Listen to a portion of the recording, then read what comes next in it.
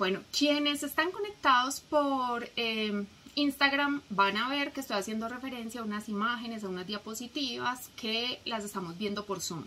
Si usted quiere conectarse por Zoom, vaya a la última historia que dejé y ahí les dejé el link de Zoom y el código para que se conecten. Bueno, entonces recordemos que los cuarzos maestros, de manera resumida, podemos decir que son cuarzos que tienen tres características principales, dos de ellas muy tangibles, muy observables y otra de ellas muy intangible, pero que estas tres características le dan la maestría. O sea, un cuarzo maestro que no cuente con una de estas tres características, pues no será un cuarzo maestro. Y esas características tienen un prerequisito, digamos que ese prerequisito es que sea natural. O sea, un cuarzo maestro es un cuarzo natural. O sea, que cuando las siguientes características que voy a mencionar no son naturales, no proviene así este cuarzo de la tierra, sino que son dadas por el hombre, pues no será un cuarzo maestro. ¿Y cuáles son estas otras características? Pues lo primero tiene que ver con la geometría. Como les mencionaba hace un momentito, hay 27 tipos de maestrías cristalinas diferentes o incluso un poco más. Digamos que 27 son las que están documentadas hasta hace algunos años, hace 5 años más o menos, pero el año pasado salió un nuevo libro que menciona como 3 o 4 adicionales, pero a mí en la cabeza se me quedó de las 27 maestrías cristalinas y siempre lo menciono así. El caso es que son 20 y pico cuarzos maestros y muchos de ellos tienen características geométricas específicas. Esas características geométricas, entiéndase como por ejemplo que la cara principal esté formada por 5 lados, esas características también se las pueden dar a un masivo de cuarzo en un taller de lapidación o se las pueden dar a una punta de cuarzo que al extraerla se haya quebrado y en un taller de lapidación vuelven y la cortan, vuelven y la arreglan, vuelven y la maquillan y le alteran su geometría, ¿cierto? Entonces, en ese caso no será un cuarzo maestro. O sea, el cuarzo maestro es un cuarzo que naturalmente ha formado esa geometría. Lo segundo es que los cuarzos maestros que están definidos por la geometría de sus caras tienen una simetría muy especial. Esto lo voy a pasar muy rápidamente porque fue el tema que tocamos en la masterclass anterior. Pero, por ejemplo, un cuarzo maestro canalizador que tiene una faceta principal de 7 caras, tiene que haber una simetría entre los lados de la cara, digámoslo así, del lado derecho y los lados de la cara del lado izquierdo, algo así como nuestro rostro. O sea, hay un concepto de simetría. Entonces, tanto la geometría como la simetría son cosas tangibles, son cosas observables. En cambio, la presencia, este concepto de presencia que vemos aquí en la diapositiva nombrado, es más intangible. ¿Por qué es más intangible? Porque en realidad la presencia es algo que hasta es difícil describirlo con palabras, porque esa presencia se refiere a algo que tú percibes cuando estás enfrente de un cuarzo determinado y sientes un no sé qué y percibes que tiene una energía diferente. Entonces estos son los cuarzos maestros, como les digo, hay más de 27. Los cuarzos maestros tienen diferentes usos. Hay cuarzos maestros que están definidos para un uso personal y son intransferibles, que son herramientas de autoconocimiento, y mientras estemos haciendo un proceso de autoconocimiento con ellos no son transferibles. O sea, ese cuarzo no es para que yo termine de meditar con él y entonces luego mi amiga medite con él. Son cuarzos estrictamente personales. En cambio, hay otros cuarzos que sí son transferibles, hay otros cuarzos que se pueden usar en terapia. Si yo soy terapeuta, lo puedo usar con pacientes y se pueden usar incluso a nivel grupal.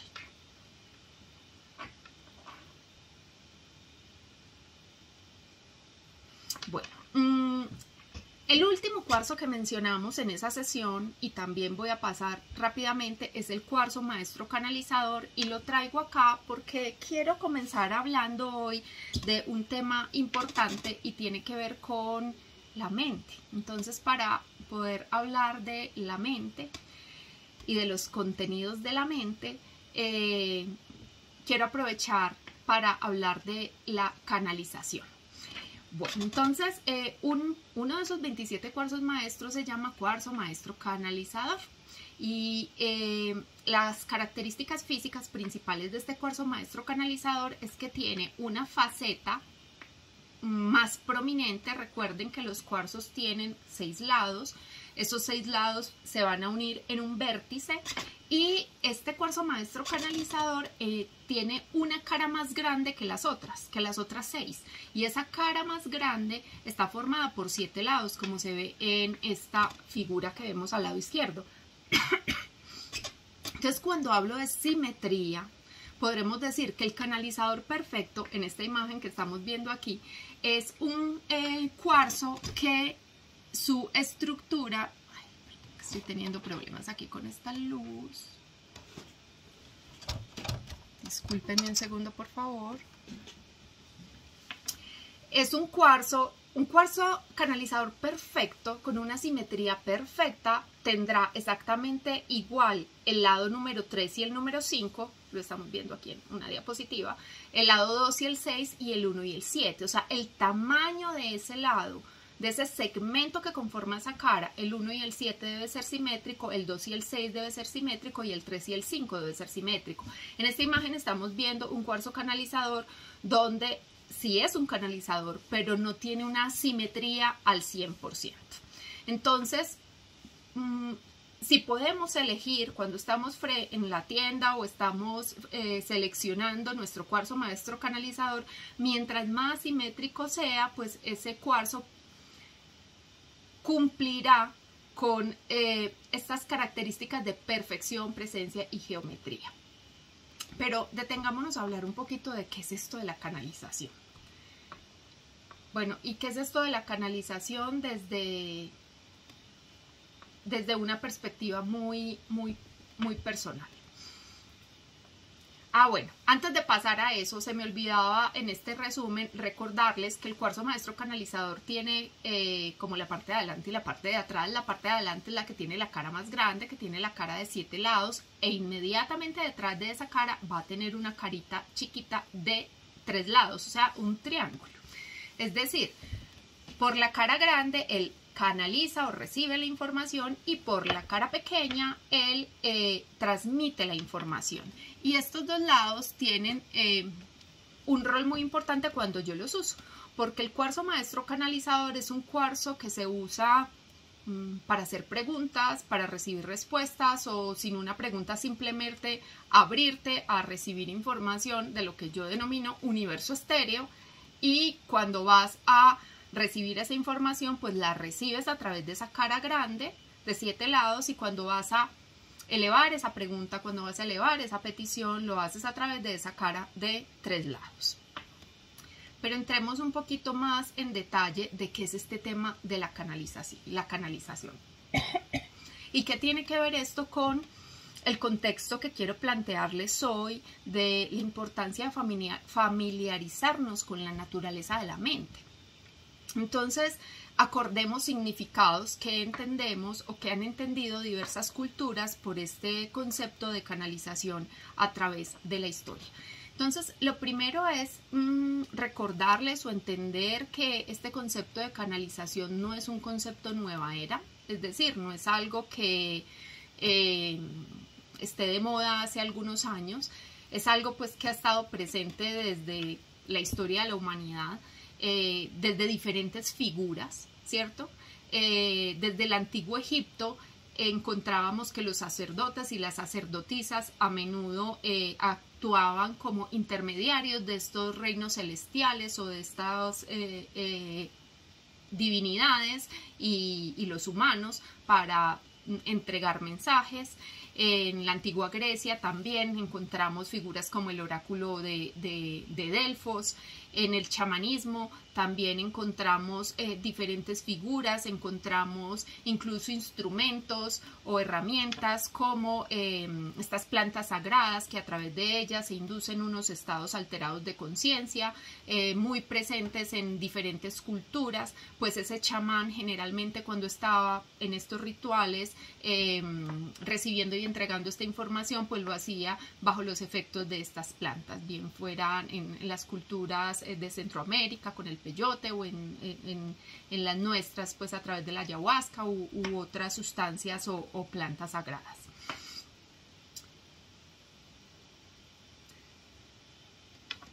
Más cerca quizás de nosotros, aunque no lo tuviéramos contemplado o entendido como con este concepto, con esta palabra canalización, pero todas estas historias presentes en el Antiguo y en el Nuevo Testamento de las diferentes o de los libros sagrados de las diferentes tradiciones judeocristianas, pues tienen presentes a los profetas, tienen presentes a los ángeles, por ejemplo, cuando Gabriel el mensajero fue a decirle a la Virgen María X, Y, Z, o en otras religiones, pues el mismo arcángel iba a entregar mensajes, pues es otra interpretación de entender que hay unas entidades intangibles, ¿cierto? Que están emitiendo mensajes y que a través de una figura humana esos mensajes pues son recibidos. Dicho de otra forma, pero digamos que este tema de bajar mensajes de universo estéreo pues ha estado presente en muchísimas culturas. En el hinduismo y en el budismo también, aunque fueran nombradas pues de otra manera diferente. Y más conectado pues con nuestra, pues con esto que ha sido denominado nueva era, pues encontramos desde el siglo XIX incluso corrientes que aunque hoy no sepamos que han influenciado mucho lo que practicamos o se llama nueva era, pues encontramos por ejemplo el espiritismo y encontramos todo el trabajo en torno a Allan Kardec,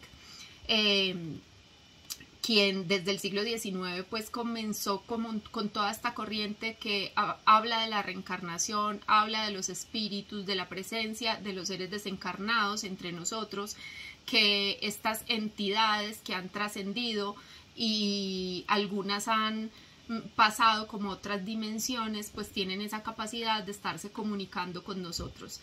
Así que este tema de la canalización pues ha estado presente desde siempre y en la actualidad digamos que se va reinventando, va cubriéndose, digámoslo así, de diferentes nombres, diferentes prácticas, pero ha estado presente en toda la historia de la humanidad. Aquí yo voy como con mi interpretación personal del tema de la canalización y pero vea pues la lucecita de la lámpara hoy está molestando, qué pena, no falta el problema técnico. Bueno, entonces les decía que desde mi mirada, y quienes me siguen hace rato saben que yo tengo una parte racional muy predominante en lo que estudié, en lo que trabajé durante muchos años, en lo que soy. A mí me encanta entender el porqué de las cosas, investigar, leer y poder, como que mi gran pasión es poder conectar el mundo tangible con el mundo intangible, ¿cierto? Entonces, para mí, mi definición de este tema de canalización lo tengo aquí pues en esta diapositiva con una figura lo más de bonita, que se las voy a describir.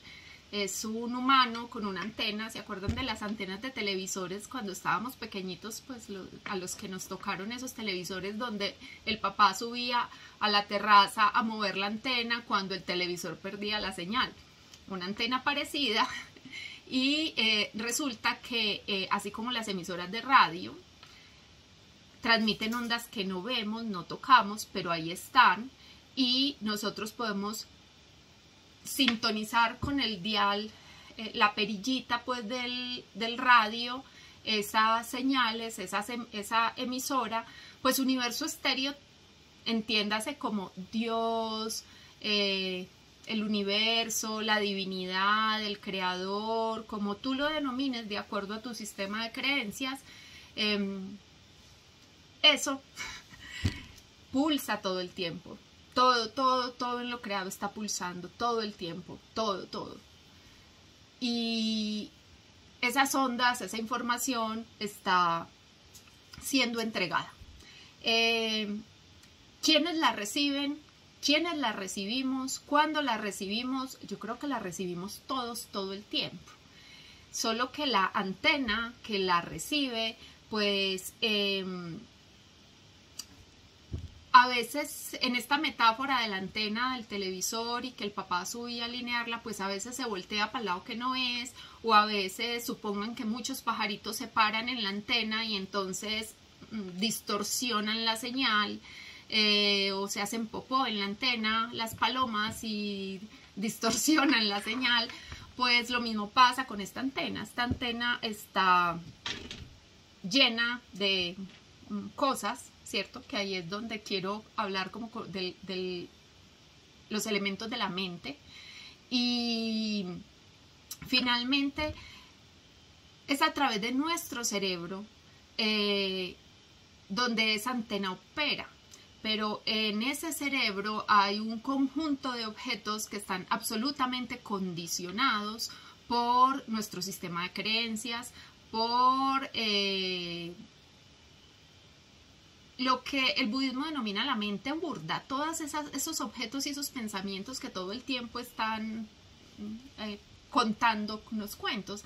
Entonces, muchas veces no nos damos cuenta de que la señal está siendo emitida, ¿cierto? Algunas veces sí nos damos cuenta de que la señal está siendo emitida, pero no nos damos cuenta de que estamos interpretando esa señal a través de nuestro sistema de creencias. Y esto que voy a decir puede sonar muy bobo, pero ¿dónde has visto tú narrar la aparición de la Virgen María a un budista? Universo Estéreo está pulsando y está manifestando la presencia de... pero esa presencia pues finalmente se, entre comillas, volverá más materia a través de las cosas, la información previa que yo tengo adentro, ¿cierto? Entonces, en resumen, hay un pulso que está siendo emitido todo el tiempo, todos tenemos esa antena. No, personalmente no creo que solo unos pocos la tengan, no. Creo que todos la tenemos. Creo que es un tema que se entrena. Personalmente, pues he vivido en mi vida muchas experiencias distintas de canalización.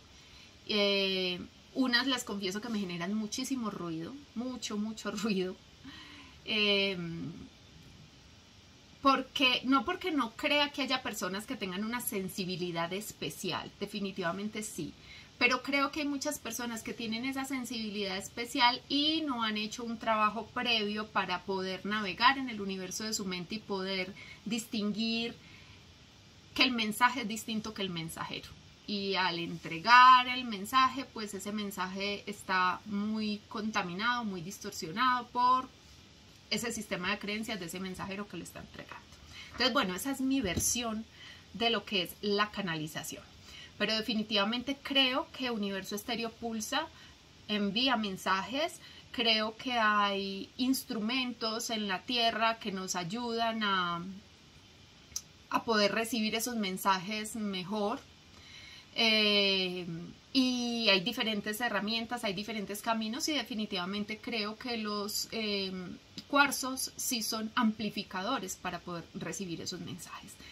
Y también creo, desde mi lado más racional, que es muy importante podernos familiarizar con la mente desde la biología, desde las neurociencias y también desde la espiritualidad.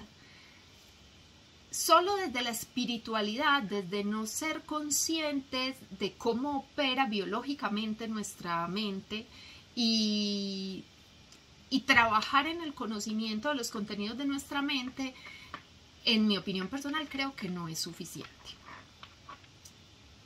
Si hasta aquí hay algún comentario, alguna pregunta.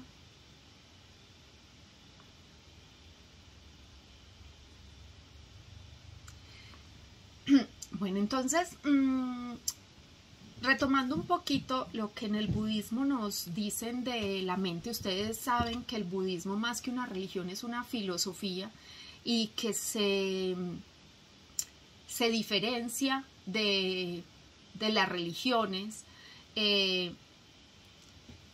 por esa disciplina, diría yo, para que sus practicantes, ese compromiso tan tremendo de sus practicantes por entender que esa experiencia de felicidad o tristeza, que esa experiencia de vida o muerte es una experiencia que crea la mente y poder entrenar y entrenar y entrenar para poderse conectar con la esencia de lo que somos más allá de lo que la mente nos dicta. Entonces ellos hablan que la mente tiene como, imagínensela como una cebolla, como las hojitas de la cebolla, y mientras más vas llegando al corazón de la cebolla vas conectándote con la esencia. Entonces esto que está en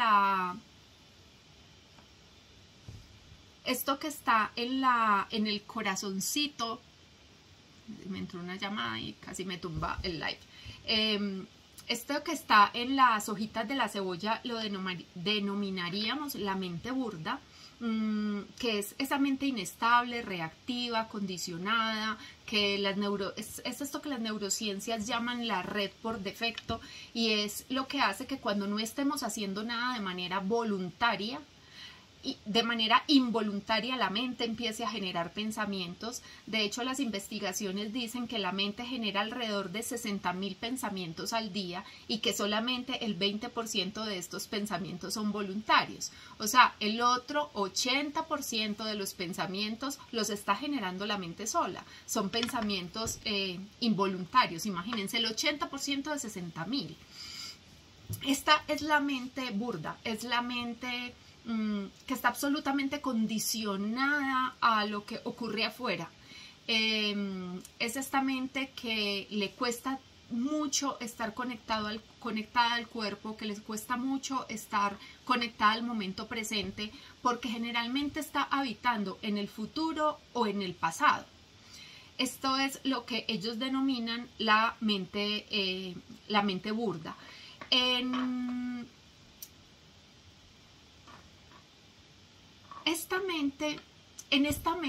la mente burda, en realidad no hay un observador. O sea, no está ese observador porque estamos absolutamente fusionados con nuestros pensamientos. Un segundito, por favor.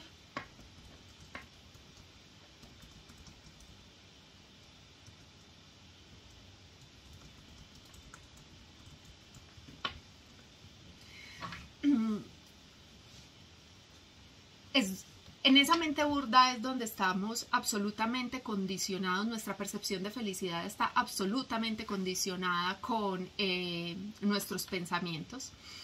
Cuando alguien mencionaba ahorita por Instagram lo del despertar de la conciencia, que este es un concepto muy desde el punto de vista espiritual, o sea, es un conjunto de palabras muy asociado al tema nueva era, al tema espiritual, pero si lo bajamos un poquito más al tema de las neurociencias, vamos a entender que este despertar de conciencia hace referencia a desarrollar ese observador, a poder bajar de esa mente burda hacia esa mente sutil y luego a esa mente primigenia. Es en esa mente sutil donde ya hay un yo que observa, o sea, donde yo ya puedo notar que es fácil hacer el ejercicio, porque mientras ustedes están mirando la pantalla de su celular o la pantalla de su computador y me están escuchando, en este instante podrían hacer el ejercicio de ir a su mente y darse cuenta que otros cuentos le está echando su mente en este momento. O sea, es la mente primigenia la que tiene la capacidad de conectarse con el momento presente, de llevar deliberadamente la atención a ese momento presente. Pero si ustedes logran observar lo que hay en su mente en este momento, se van a dar cuenta que hay alguien narrando cosas, que allá adentro hay alguien que está narrando como, ay, tan chévere esta charla, o ay, tan maluco, ay, pero ¿por qué hasta ahora? Ay, ¿por qué no avisaron? Ay, pero es que esto ya no lo había dicho en la charla pasada. O sea, Y entonces mientras esa mente burda está echando allá otro cuento, tú te estás perdiendo parte de lo que yo en realidad en vivo te estoy diciendo. Y eso nos pasa todo el tiempo. Eso nos pasa cuando estamos comiendo y en realidad no notamos si la comida estaba fría o caliente, salada o simple, si había algún sabor nuevo, si había algún estímulo nuevo, porque todo el tiempo esa red por defecto está activada y generalmente no estamos entrenados para poder llevar de manera voluntaria esa atención hacia el estímulo específico que nosotros elijamos. Pero esa mente sutil ya es reflexiva, esa mente sutil es la mente que se da cuenta que se distrae. Y ese acceder a esa mente sutil se va desarrollando entrenándola, ¿cierto? Y bueno, ahí ya nos pondríamos a hablar de muchas otras cosas que no tienen que ver con cuarzos maestros y con cuarzos ayudantes. Nos podríamos hablar de mindfulness y de neurociencias y de otras cosas. Pero les dejo pues este apunto. Eso se entrena de varias formas y una de las maneras en que se entrena es con la práctica de mindfulness. Debajo de esa mente sutil está la mente primigenia. La mente primigenia es donde está la esencia. Es una mente estable, es una mente silenciosa, es una mente que puede permanecer conectada con el momento presente. Es el tipo de mente con la cual esperan estar conectados los budistas la mayor parte del tiempo. De hecho, ellos se entrenan durante toda la vida para poder tener una muerte consciente, de tal manera que puedan romper esa rueda del samsara y poder alcanzar la liberación, no tener que reencarnar de nuevo. Pero desde el punto de vista de las neurociencias, esa mente primigenia, estar conectados con esa mente primigenia, disminuye la respuesta de las suprarrenales, del cerebro reptiliano, la liberación de cortisol, por lo tanto disminuye el estrés. Hay muchísimos beneficios que están documentados de lo que ocurre con nosotros cuando logramos entrenar, primero entrenarnos para darnos cuenta del contenido de la mente, luego para poder permanecer mucho más cerca o ser menos esclavos de esa mente burda, poder ir navegando hacia la conexión con esa mente sutil, esa mente que se da cuenta, esa mente que, por ejemplo, cuando está en una conversación difícil, empieza a pasar de estar enojada a estar furiosa. Cuando yo entro en la furia, en realidad es porque no logré darme cuenta que estaba enojada. Cuando yo estoy enojada, por favor, mantener en silencio sus micrófonos, gracias. Les decía, cuando una emoción se sale de balance es por falta de conciencia y no quiere decir que haya emociones positivas y negativas, no, todas las emociones son útiles. El enojo es una emoción súper útil para poder establecer límites, pero cuando yo no tengo la capacidad de autoobservarme, cuando yo no tengo la capacidad de darme cuenta qué pasa en mi cuerpo cuando me enojo, esa emoción se sale de control, se vuelve furia, se vuelve ira, libera muchísimo cortisol en mi cuerpo se inflama y ahí sí deja de ser saludable esa emoción. Pero uno nunca puede estar furiosamente consciente, porque si uno está furioso es porque no se dio cuenta que estaba enojado y que el enojo le estaba haciendo apretar la mandíbula, apretar los puños, sudar, etc. Entonces, navegar en la naturaleza de la mente, no solo en este contexto de las neurociencias, de hacer parte de la generación más estresada que ha poblado este planeta, es tremendamente útil, sino que cuando nos conectamos con el tema que venimos hablando, que ese tema que venimos hablando es qué es canalizar, tiene un rol supremamente importante desde mi experiencia y desde mi opinión. Y les decía hace un ratito que yo tengo un pedazo racional que me pesa mucho, me ha pesado mucho desde toda la vida, me ha gustado mucho estudiar y eso me ha conducido, pero también he tenido una intuición muy desarrollada y desde hace muchos años, décadas, he recorrido como dos caminos paralelos en los que he buscado integrar estas dos cosas. Entonces, por ejemplo, para mí las neurociencias, el haber hecho la maestría en mindfulness, me ha permitido mirar el mundo de la intuición de una forma diferente. Y de hecho, hasta el mundo de los minerales desde esta perspectiva terapéutica. Entonces, cuando tú estás recibiendo información, esperen que me quiero, es que estoy aquí con las diapositivas y no me quiero saltar ningún dato importante. Cuando tú estás recibiendo información, si tu mente está muy llena de elementos, si todo el tiempo mientras recibes esa información permites que sea tu sistema de creencias el que está narrando las cosas, posiblemente te estés perdiendo de la esencia del mensaje.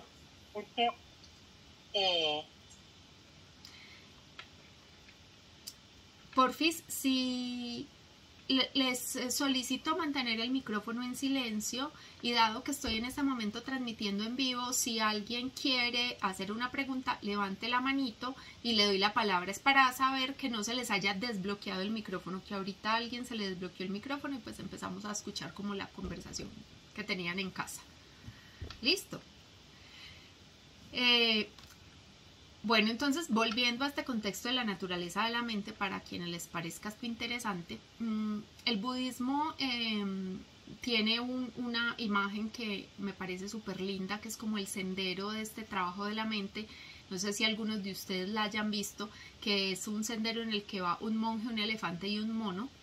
Y a medida de que van cada uno está representando una de estas mentes. El mono es la mente burda. El camino representa el sendero de la práctica meditativa. El mono representa esta mente burda o mente de chango. En México le dicen mente de mono o mente de chango. Y lo representa un mico porque es inestable, o sea, él está saltando de pensamiento en pensamiento.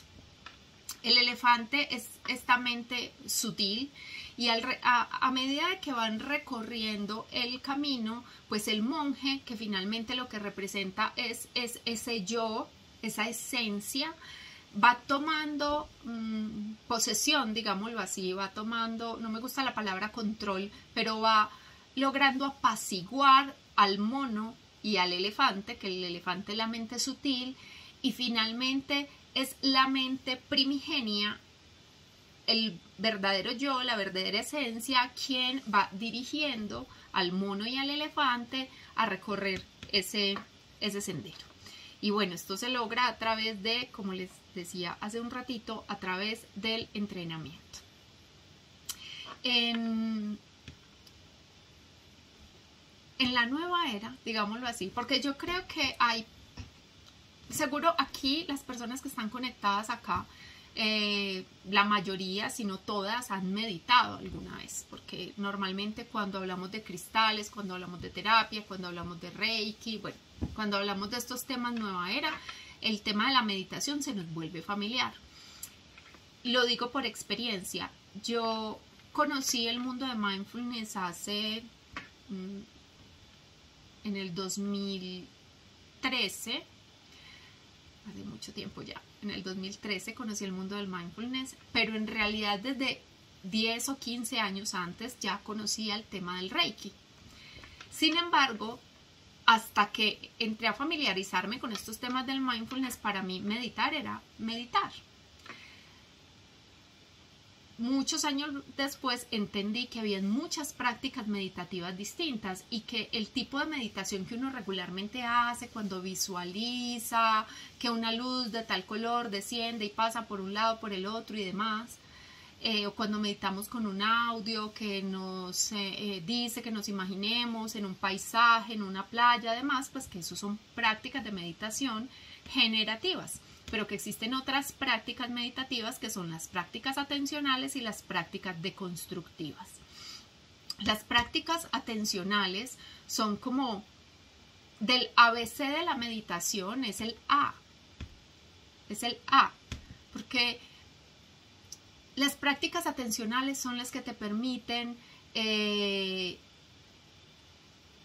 familiarizarte con los objetos de la mente y dejar de fusionarte con los elementos de tu mente. Mira, nos vamos abriendo y usted va... Xiomara, se te está activando el micrófono cada rato. Bueno, ahí la volví a silenciar. Bueno, y finalmente en esta disciplina, entonces digamos que las meditaciones más comerciales desde estas prácticas son las meditaciones generativas, aunque no sabíamos que se llamaban así. Y luego, donde están los más avanzados,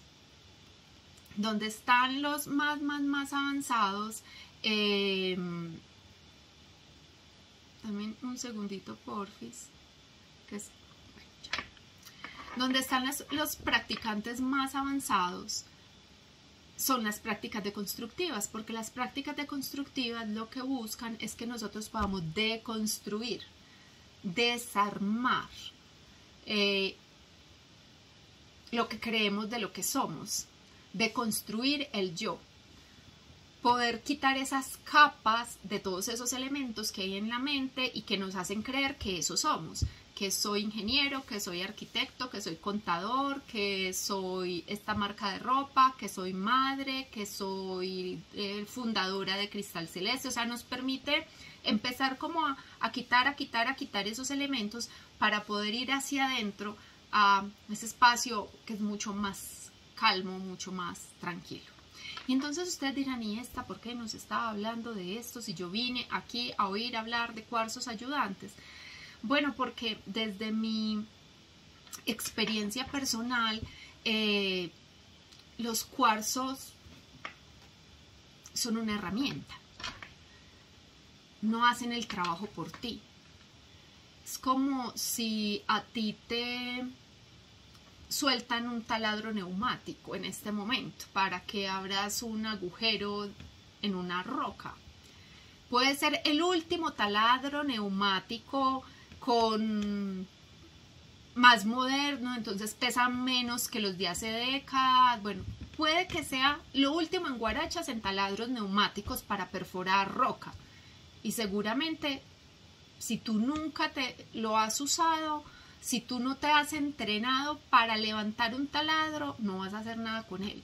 Lo mismo ocurre con los cuarzos. O sea, los cuarzos son herramientas que nos entregó la tierra, la divinidad, para acompañar el despertar de la conciencia, definitivamente.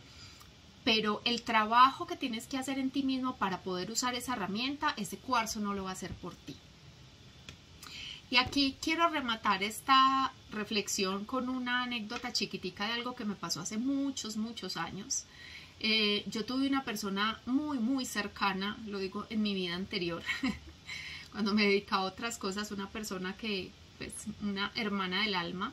Esta persona en ese entonces, bueno, toda la vida había sido cristiana. Yo la verdad es que no conozco muy bien las distinciones de las diferentes religiones o prácticas del cristianismo, debo confesarlo, pero ella era una persona supremamente sensible y dotada. Ella sí que tenía un canal de este tamaño para conectarse con universo estéreo y tenía sueños, o sea, era una persona que tenía unas habilidades tremendas y siempre las había, digamos así, canalizado o enfocado a través de la religión que practicaba, de la iglesia donde iba y demás.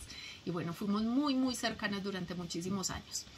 Cuando yo cambio de vida, cuando yo decido dejar de ser empleada y bueno, me muevo como hacia este mundo, empiezo a estudiar mindfulness, empiezo a reconectarme con el mundo de los minerales, porque digamos que ha habido 3 momentos de mi vida donde he estado conectada con ellos, uno muy en la infancia, otro cuando estudié Reiki, pues hace 20 no sé cuántos años, 25 creo, y otro cuando nació Cristal Celeste hace 9 años.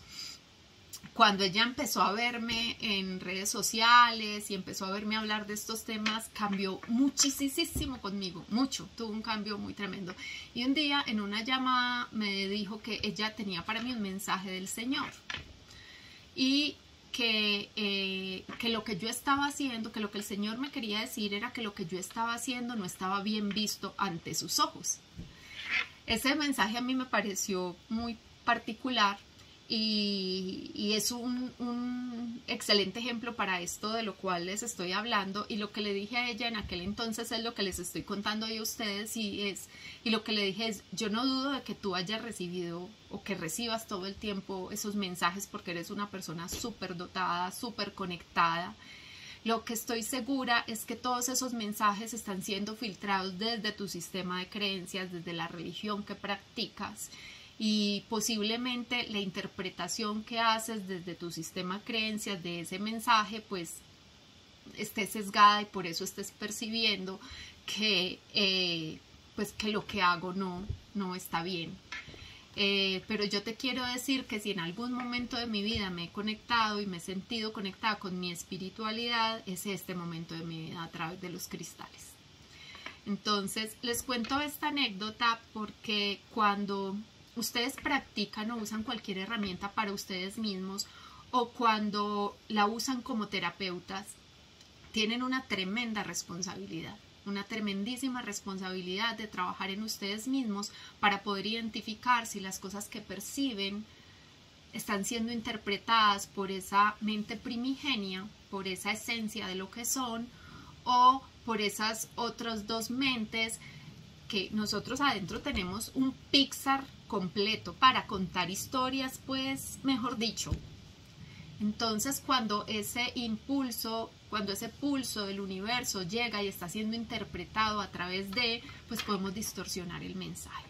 Ahí les dejo esa duda, esa inquietud. Comentarios, preguntas hasta aquí.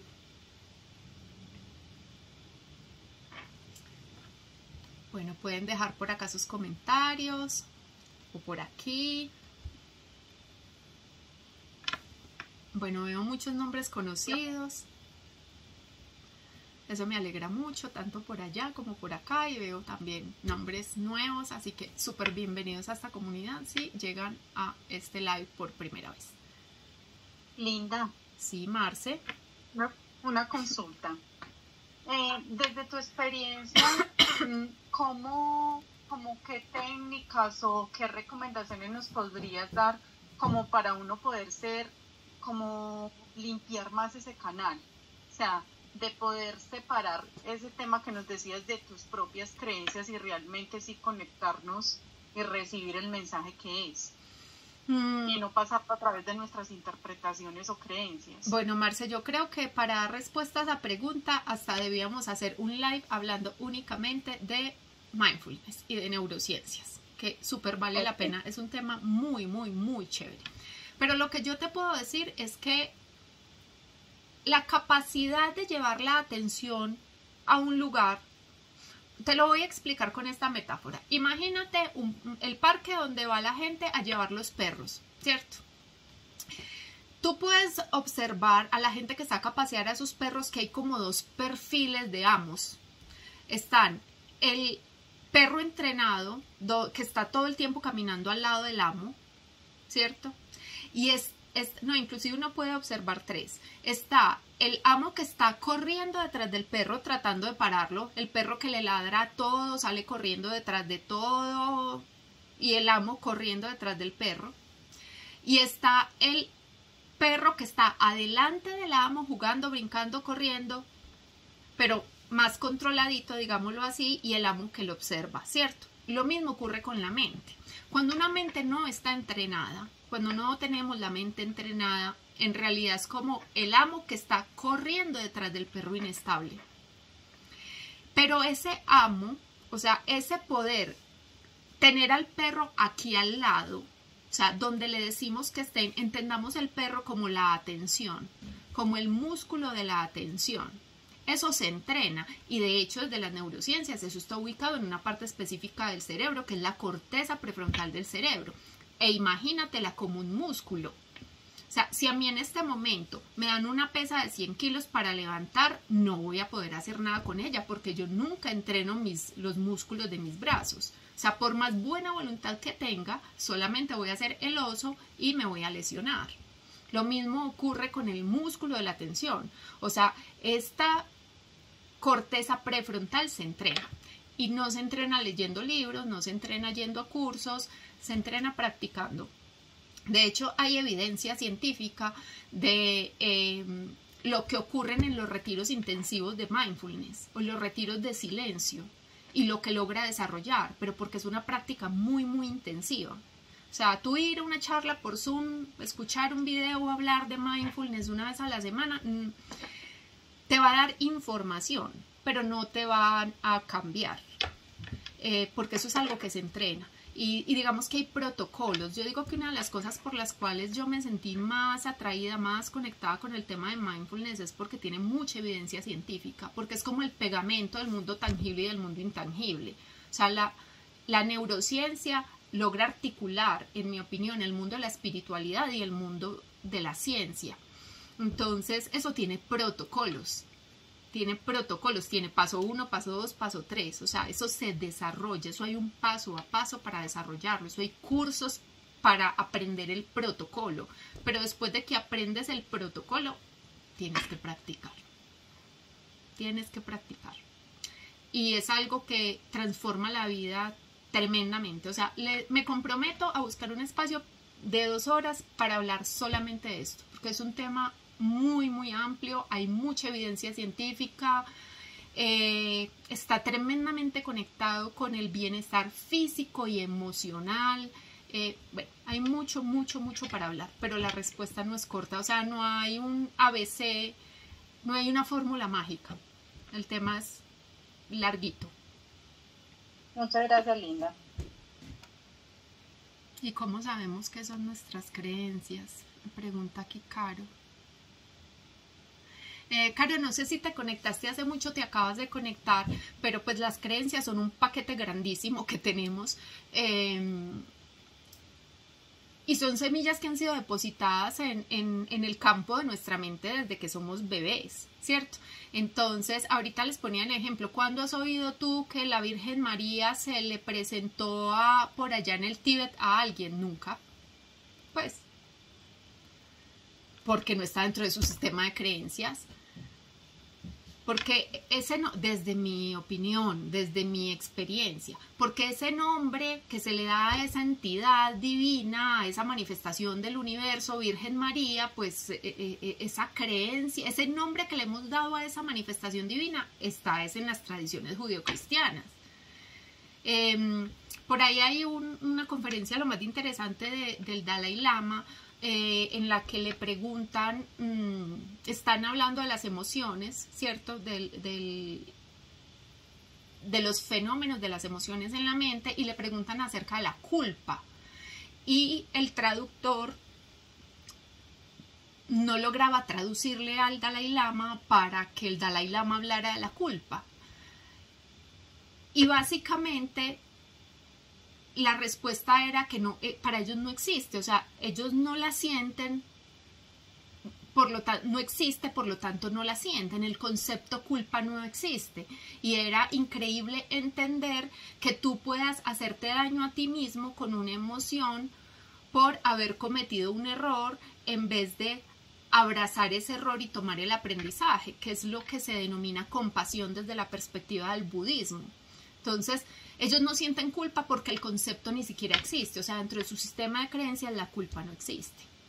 Entonces, el sistema de creencias es una maleta gigante y pesada llena de muchas cosas, de muchas cosas que han sido sembradas allí desde que somos niños.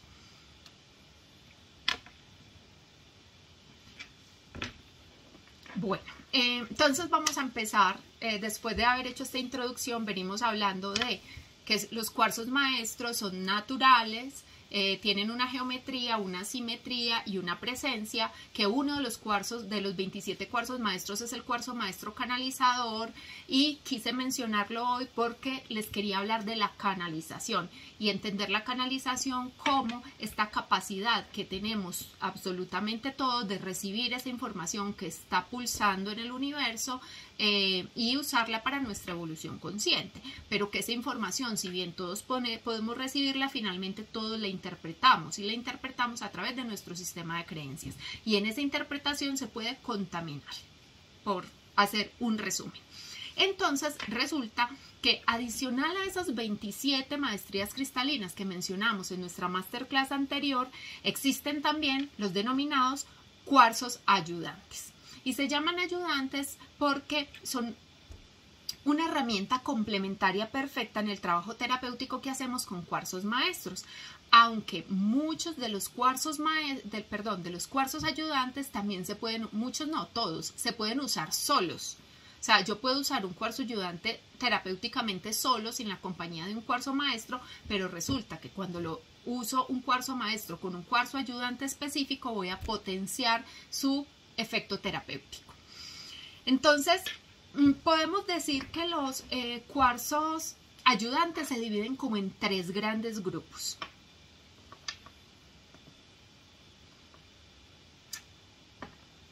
No tienen un orden especial, ni es que unos sean más importantes que otros, ni nada por el estilo.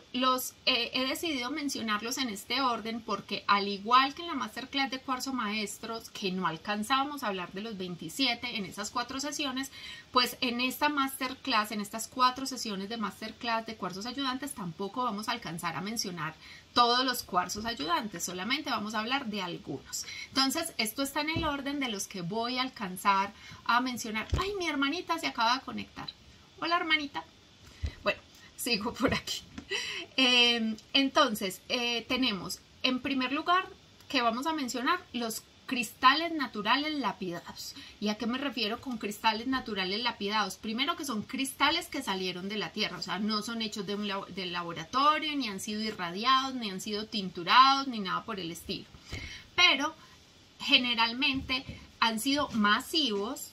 También les he contado en otros espacios de conversación que cuando hablamos de cristales en bruto, estamos hablando de cristales que no han sido transformados por el hombre, sino que salieron así de la naturaleza, pero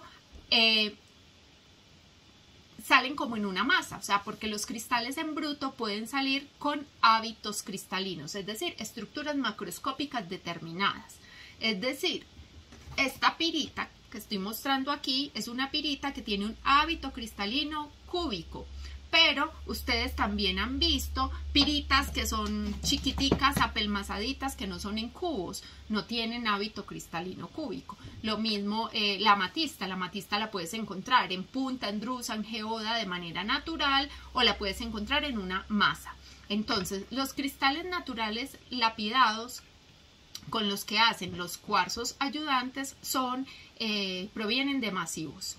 Y son diferentes figuras que vamos a mencionar ahorita. El segundo grupo son herramientas construidas con cristales. Entonces aquí estamos hablando de...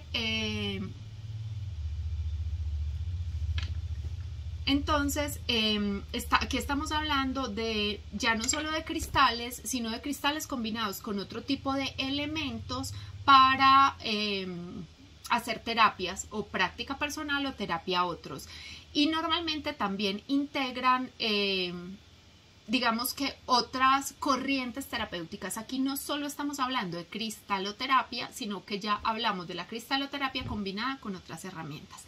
Y el tercer grupo son los cristales 100% naturales, algunas formas que no son consideradas cuarzos maestros, pero que vienen a apoyar terapéuticamente a los cuarzos maestros. Entonces, repito, los cuarzos ayudantes son parceros de los cuarzos maestros, se pueden usar solos o se pueden usar en compañía de los cuarzos maestros y se dividen en 3 grupos: cristales naturales lapidados, herramientas construidas con cristales y cristales 100% naturales.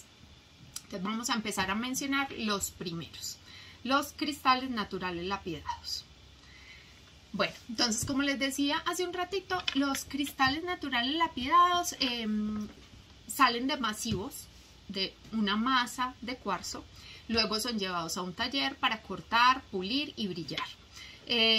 Dentro de estos tenemos las figuras geométricas, en general los sólidos platónicos, es decir, ahí encontramos las esferas, las pirámides, los dodecaedros, los icosaedros, en fin, todas las figuras geométricas son consideradas cuarzos ayudantes y cada una de ellas tiene unas aplicaciones diferentes y tiene unos como protocolos, unas propiedades diferentes y unos protocolos de uso diferentes. Aquí también encontramos los péndulos. O sea, hoy aprendieron que los péndulos son cuarzos ayudantes. Y obviamente son hechos por el hombre. O sea, esa forma de péndulo se la dan en un taller de lapidación.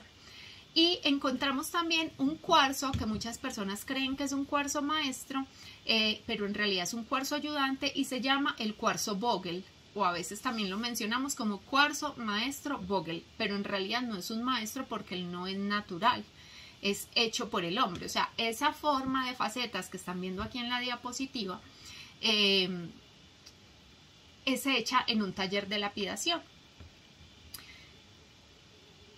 Como les decía, cada uno de estos tiene propiedades específicas, pero tienen un común denominador, y es que este tipo de cuarzos ayudantes está tremendamente relacionado con la geometría sagrada. O sea, sus propiedades y sus aplicaciones terapéuticas están súper conectadas con el concepto de geometría sagrada, que en la próxima sesión, que hoy es la sesión 0 de cuarzos ayudantes, la próxima clase, que ya no va a haber en vivo, vamos a tener la sesión 1 y vamos a empezar hablando por los cristales lapidados. Vamos a hablar de las esferas, vamos a hablar de las pirámides y otros sólidos platónicos. Por ahí vamos a empezar ya como, vamos a empezar a profundizar en las características, propiedades y usos de cada uno de estos cuarzos. Segundo grupo, herramientas con cuarzos. Entonces, este grupo de cuarzos ayudantes son los que también ha construido el hombre, y ha construido el hombre integrándolo con otros materiales. Entonces, acá tenemos, por ejemplo, las rejillas cristalinas, que las rejillas cristalinas se pueden combinar, la figura geométrica se puede hacer en madera, se puede hacer en tela, se puede hacer en papel, y la rejilla se construye con cristales, se puede construir con cobre, que queda muchísimo más potente si le metes alambre de cobre, se puede poner con semillas, con plumas, con flores, la rejilla cristalina, que es todo un tema. O sea, tenemos un taller solo de rejillas cristalinas porque es un tema supremamente amplio, es un ayudante de los cuarzos maestros. O sea, tú puedes construir una rejilla cristalina que en alguno de los puntos claves de la rejilla tenga un cuarzo maestro, y potencia muchísimo más tanto la acción terapéutica de la rejilla per se como del cuarzo maestro. ¿Qué otra herramienta? Las varitas de poder. Las varitas de poder, que tienen muchísima historia y que también han estado presentes con diferentes nombres, han estado presentes en la humanidad desde el Antiguo Testamento. Los báculos de poder o varas de poder o varitas de poder, pues son, desde esta perspectiva, desde la cristaloterapia, son ayudantes de los cuarzos maestros. Y una versión desconocida o menos conocida, aunque en esta comunidad... Sí, Sandra, estoy mostrando diapositivas por Zoom. En la historia anterior de Instagram les dejé el link para conectarse a Zoom y la clave pues de acceso que les pide, y en los grupos de WhatsApp también les mandé la invitación, sino que hoy decidí hacer esto tanto por Zoom como en este en vivo. Bueno, entonces les decía que hay una tercera que es muy desconocida, aunque en nuestra comunidad yo sé que ya algunas personas la conocen porque les he dado algunas charlas, y en la maestría del cristal nivel avanzado entramos más en profundidad, y es una herramienta que tiene un nombre todo raro, se llama corrector de ejes de simetría espacial. Y este corrector de ejes lo construyeron nada más y nada menos que aquí en Medellín, el laboratorio Geofarma. El doctor Carlos Alberto Ramírez construyó este instrumento que podríamos decir que es la evolución de las varitas de poder. Es un instrumento de geomedicina, es un instrumento que tiene oro, cobre y cristales de cuarzo, y que integra los principios de la geomedicina, o sea, las leyes de la simetría espacial y bueno, otras cosas. Es un... Si ven la figura, no se las puse aquí en la diapositiva, pero la próxima clase les muestro que es un corrector de ejes de simetría espacial si nunca lo han visto. Y en una historia les voy a poner la fotico del corrector de ejes, porque si lo ves es como, pues se ve como medio futurista. La herramienta es una herramienta súper potente con la que en el laboratorio Geofarma entrenan profesionales de la salud y terapeutas en su uso y permite como amplificar la acción terapéutica de los cuarzos canalizadores, porque en las puntas tienen cuarzos canalizadores. Entonces este es el segundo grupo. Primer grupo, cristales lapidados. Segundo grupo, herramientas con cuarzos. Y el tercer y último grupo son los cristales naturales. Bueno, y aquí me voy a salir un poco del libreto de lo que encuentro en los libros, porque yo lo percibo diferente. Digamos que ustedes saben, tengo algunas autoras que sigo, tengo algunos mentores que sigo y con los que estoy de acuerdo con muchos de sus conceptos, pero también desde mi experiencia personal hay algunas cosas como que las veo diferentes, las clasifico diferentes, y esta es una de ellas. El tercer grupo de cuarzos ayudantes o de cristales ayudantes son cristales naturales. Uno de ellos es uno que tiene muchos nombres, la llaman amatista espíritu o cuarzo semilla o cuarzo cactus. Tiene esos tres nombres. Y que es esta amatista de Sudáfrica, que tiene que es una versión como microcristalina, o sea, no hace macrocristales como la amatista convencional, sino que tiene microcristales. Este cuarzo semilla, como lo llama Nina Linares, es uno de los cuarzos ayudantes, es totalmente natural, no ha tenido lapidación, corte ni nada. Otro de los cuarzos que vemos en esta categoría es un cuarzo cristal muy parecido a los cuarzos maestros, solo que no tiene, sus características de ayudante no están determinadas por su simetría ni por su geometría, sino por en su interior el contenido como de una especie de nebulosa, como si en su interior pudieras ver unas manchas blancas como si fueran nubes o galaxias. Nina Linares lo llama cuarzo nebulosa. Bueno, y aquí es donde les digo que yo hago una clasificación distinta, porque en el último libro que escribió Nina Linares, que pues ustedes saben que es muy importante para nosotros, es una aliada, es una mentora, tenemos el privilegio de tener con ella una relación pues súper cercana y especial. Nina en su último libro clasifica la Uralita 23 y el Super 7 como cuarzos maestros. Yo desde lo que veo, percibo, toco y experimento con ellos, yo siento, y por aquí tengo una uralita cerquita y pues no lo digo de manera despectiva, pero siento que no están como a la altura de un cuarzo maestro.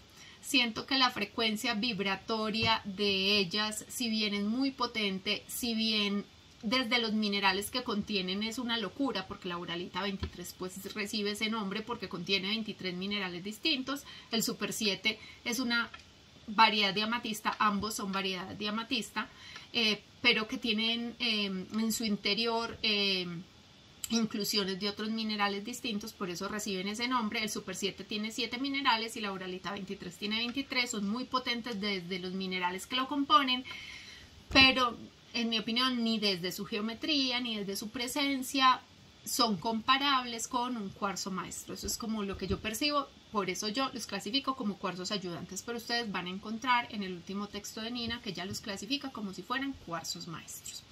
Entonces miren que al igual que en ese masterclass de cuarzos maestros, que había 27 cuarzos para mencionar, pues en este masterclass de cuarzos ayudantes tenemos un montón de cosas para nombrar, pero obviamente en 4 clases no las podremos profundizar todas.